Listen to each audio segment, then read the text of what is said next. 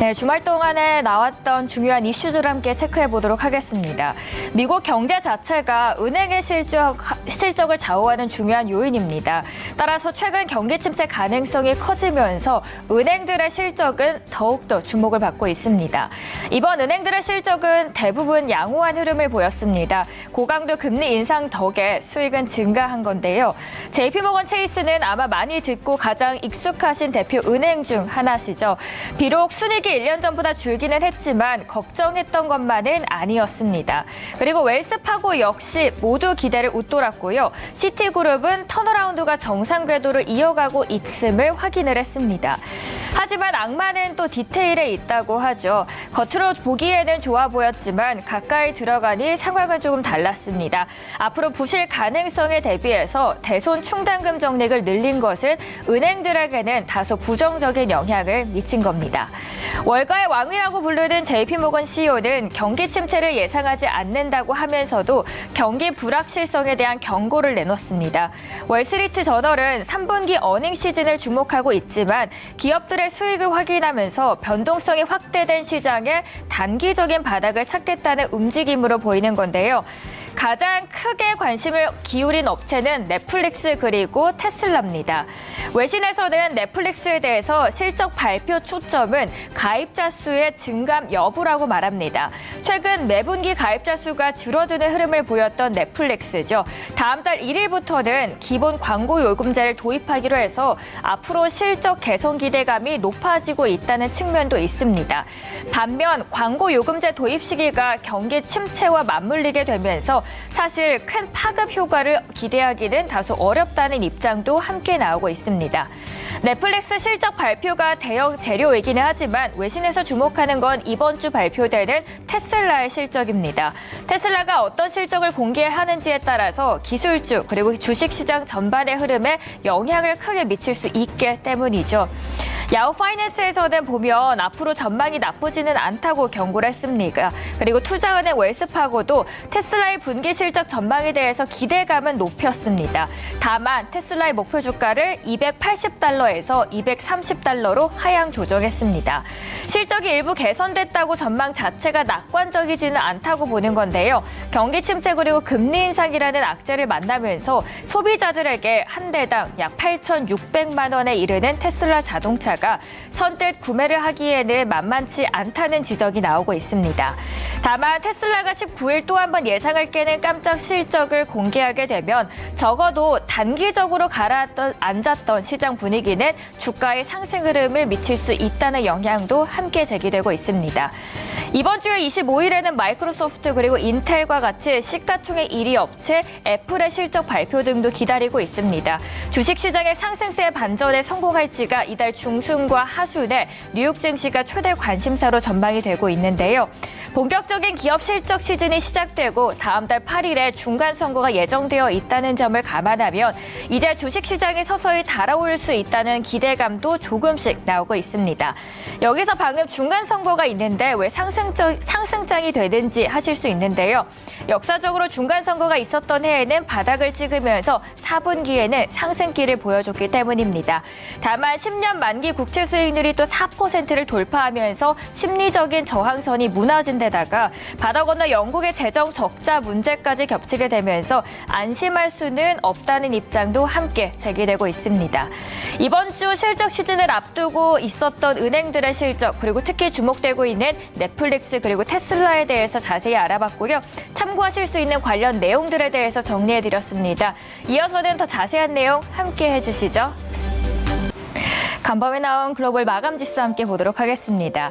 미국 뉴욕 증시가 대반전 하루 만에 급락했습니다. 기대 인플레이션이 오르며 증시는 또다시 막대한 매도세에 휩싸였는데요. 지수 함께 보도록 하겠습니다. 다우는 1.34%, 나스닥은 3%대, S&P 500은 2.37% 하락했습니다. 이날 월가는 전날의 랠리를 이어갈 재료를 찾는 분위기였습니다. 그런데 마음처럼 또 쉽지는 않죠. 인플레이션에 대한 우려가 다시 높아지면서 시장을 짓눌렀습니다. 있습니다. 금리 기준물 10년 만기 미국 국채 수익률은 전날에 이어서 이날도 심리적인 저항선인 4%를 돌파했고요. 우려는 더욱더 가중됐습니다.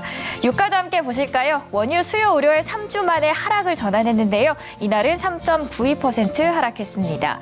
이번 주에는 각국의 긴축 강도가 거세질 수 있다는 우려에 경기도나 우려가 심화한 듯합니다. 종목별로도 함께 보도록 하겠습니다. 주식시장 상승세를 이끌었던 테슬라는 이날 급락했습니다. 7% 넘게 하락을 했네요.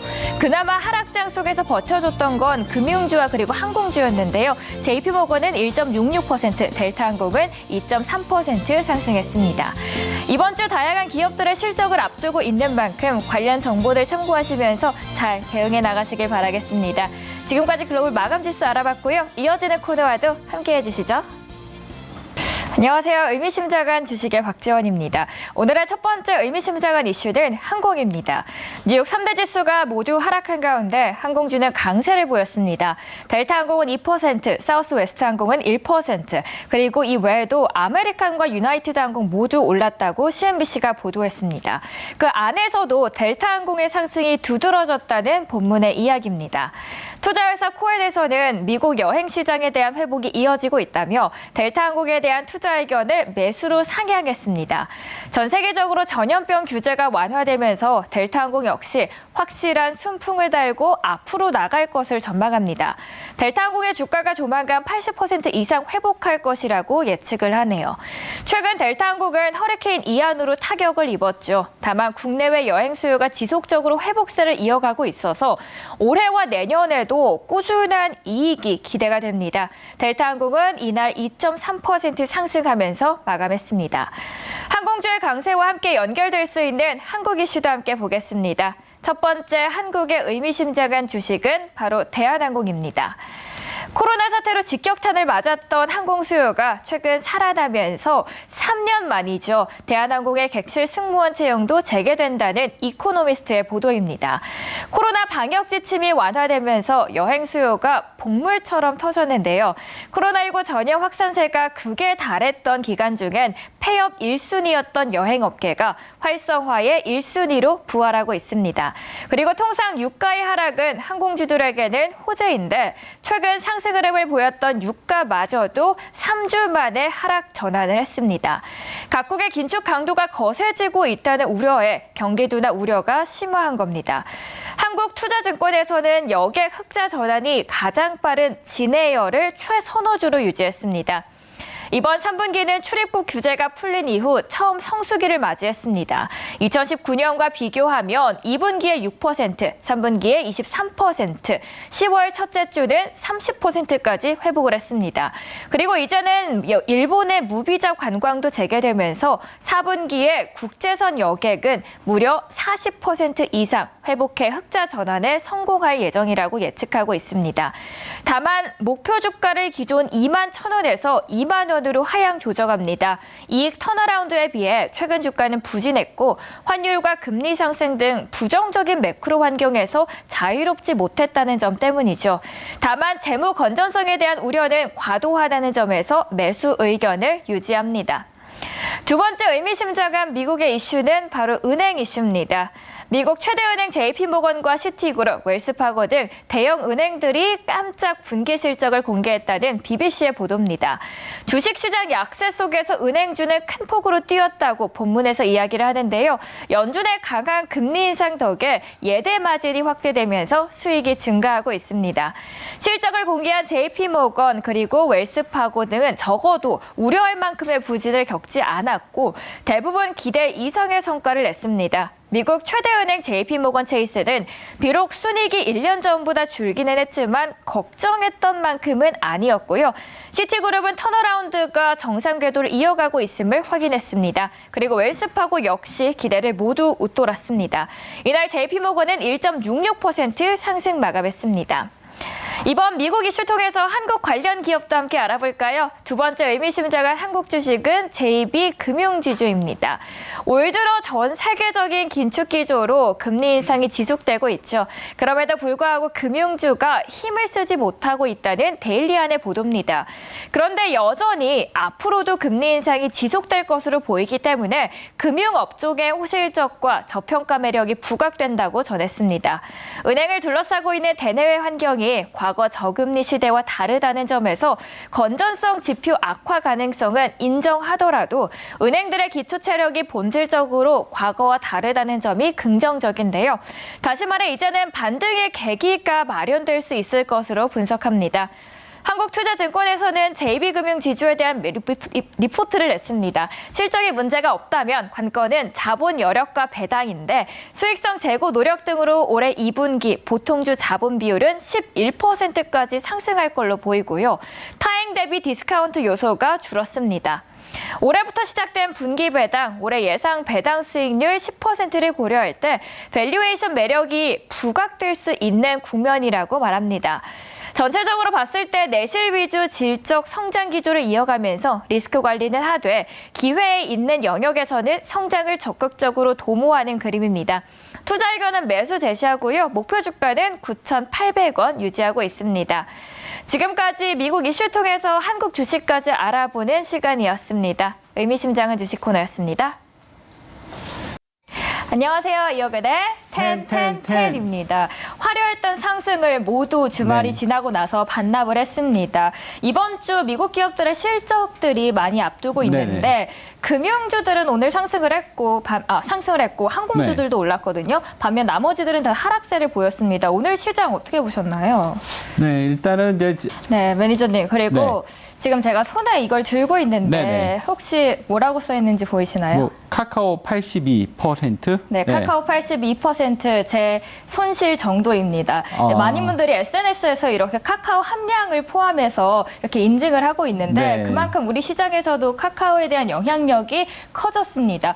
그 반면에 또 수혜를 보고 있는 기업들도 있고 오늘 또 네옴시티 관련주들도 또 하락세를 보이고 있는데 오늘 펀더멘털과 수급과 추세는 어떻게 흘러가고 있을까요? 네, 그래도 이제 미국 테마주들 강세 보여주고 있고요. 그리고 2차 전지 핵심 키워드처럼 많은 상승세 보여주고 있습니다. 저희 리뷰하는 종목 중에 에코프로 이야기를 해드릴 텐데요. 2차 전지 소재주들이 오늘 말씀해 주신 것처럼 상승세를 돋보이고 있습니다. 그리고 저번에 소개해 주셨을 때 말씀드렸듯이 미국의 배터리 재활용 시장에 또 진출 발판을 마련하기도 했습니다. 그런데 차트 보시면 최근에 5거래일 연속해서 상승을 하고 있어서 지금 이쯤에서 팔아야 될지 아니면 계속 들고 가야 될지 여쭤볼게요. 네. 사실 너무 최근에 많이 올라서 불안하신 분들도 계시겠지만 에코프로 또 2차 전지 테마주들의 상승세와 함께 앞으로 추가적인 상승 가능하다라고 보유 의견 남겨주셨습니다. 그리고 두 번째로 저희 클래시스 보도록 할게요. 미용 의료기기 안에서 10월 4일 날 저희 소개해드리고 8% 수익 났거든요. 어떻게 돼요? 박스권 움직임을 보이고 있는 클래시스 돌파 가능성이 있기 때문에 장기적으로 바라봐도 좋다라고 말씀 남겨주셨습니다. 오늘 이렇게 두 종목 리뷰를 도와드렸고요. 새로운 두 종목을 소개해드릴 텐데요. 오늘의 첫 번째 종목부터 공개할까요? 네, 첫 번째 종목은 대주전자재료입니다. 대주전자재료 하면 실리콘, 음극재 빼놓을 수 없습니다. 근데 주가 보면 큰 상승세를 보이진 못했거든요, 최근에. 어떤 포인트 때문에 대주전자재료를 이 시점에서 봐야 할까요? 네. 일단 오늘 이제 전체적으로 2차 전지 소재 대주전자재료 최근에는 시장 때문에 밀리는 모습을 보였지만 내년에는 더 큰 시세가 나올 수 있기 때문에 내년까지 장기적으로 본다라고 말씀 남겨주셨고요. 대주전자재료 목표가는 91,000원 바라보도록 하겠습니다. 저희 두 번째 종목도 만나보겠습니다. DENT입니다. 두 번째 두 번째 종목은 DENT 소개해 주셨습니다. 2차 전지 투자 사이클이 또 본격화되고 있습니다. 그 안에서 수혜 종목으로 DENT 많이 거론이 되고 있는 종목 중 하나거든요. 믿을 건 실적뿐이다라고 한마디 남겨주셨습니다. DENT 알아봤고요. 손절가로는 또 변동성이 심한 만큼 9,000원 꼭 참고해 주시길 바라겠습니다. 오늘도 이렇게 두 종목을 새롭게 소개를 해드렸습니다. 이렇게 마치겠고요. 지금까지 이호근의 텐텐텐이었습니다. 혼줄 아니고요. 돈줄 내러 왔습니다. 오늘의 돈줄 리포트 바로 보겠습니다. 첫 번째 리포트부터 함께 만나보시죠. 신한금융투자에서는 또 한 번의 최대 실적을 경신할 기업 알아보겠고요. 다음으로는 하나금융투자에서 다음 BTS 누가 될지에 대해서 이야기 나눠보겠습니다. 대신증권에서는 눈높이 하향 조정된 제목 리포트도 함께 만나보시죠. 먼저 첫 번째 기업은 HFR입니다. 현재 주가 상황은 4%대 상승하면서 32,050원에 거래되고 있습니다. 3분기 실적이 시장 예상치에 부합할 걸로 보입니다. 지난 2분기에 이어서 또 한 번 최대 실적 경신이 유력하다는 말인데요. 작년 11월에 확보한 대규모 수주가 계획대로 3분기까지 마무리될 예정입니다. 북미 5G 투자 흐름 등을 감안하면 기존 고객사의 공급 규모는 내년에 더 증가할 가능성이 높습니다. 여기에 추가 해외 고객사 확보를 위한 논의가 지속되고 있어서 업종 내 뚜렷한 업황 반등 시그널이 확인되지 않는 상황이지만 남은 하반기와 23년까지 실적 매력도는 지속될 걸로 부각되고 있습니다. 목표가 함께 보도록 하겠습니다. 48,000원이고요. 투자 의견은 매수 제시합니다. 두 번째 회사 함께 보시죠. 엔터주입니다. JYP 엔터고요. 56,900원에 거래되고 있습니다. 2분기부터 4분기까지 사상 최대 실적이 매번 경신될 것이라는 리포트입니다. 북미 쪽 팬덤이 가장 눈에 띄게 증가하고 있고요. 내년에 하이브와 같이 가장 공격적인 라인업 데뷔도 계획 중입니다. 특히 미국의 경우 이미 오디션도 진행이 되고 있습니다. 트와이스는 전원이 재계약을 했죠. 그리고 스트레이키즈의 재계약까지 위험 요인이 거의 없다는 점에서 JYP를 최선호주로 지속 제시하고 있습니다. 여기서 말하는 스트레이키즈는 최근 컴백에서 무려 237만 장의 선주문을 기록했는데요. BTS 이후 최고의 성과입니다. 이 그룹은 이미 전 앨범이 빌보드 200에서 1위를 기록하고 있고 넥스트 BTS의 길을 가고 있다고 표명을 합니다. 여기에 스트레이키즈 후속 보이그룹도 데뷔할 예정이라서 2023년에도 상당한 아티스트 모멘텀이 지속될 걸로 보이고 있습니다. 투자의견 매수고요. 목표 주가 82,000원 제시합니다. 마지막으로는 롯데제과 보도록 하겠습니다. 0.4% 소폭 상승하면서 124,500원에 거래 중입니다. 3분기는 롯데제과와 롯데푸드 합병 법인 출범 후 첫 분기입니다. 합병 시너지는 크게 세 가지로 구분을 해서 정리를 해봤는데요. 첫째는 가장 즉각적인 실적 개선이 기대되는 빙과 사업부의 합병. 두 번째로는 이외 사업부의 시너지로 인해서 제과는 푸드의 역량을 활용한 신사업, 푸드 쪽은 제과의 해외 법인 채널을 활용한 수출 증가가 기대됩니다. 마지막으로는 재무구조 측면에서 보도록 하겠습니다. 사업부의 효율 강화와 또 재무 비율 안정화인데요. 롯데제과는 얼마 전에 국산쌀 소비량을 2년 연속해서 무려 10% 이상 늘리고 있어서 주목을 끌고 있는데 앞으로의 성장성은 더욱더 기대가 되는 종목입니다. 목표 주가 함께 확인하겠습니다. 16만 원 제시하네요. 오늘도 이렇게 세 가지 리포트 알아봤고요. 나머지 두 개는 소장님께서 돈줄 내주세요.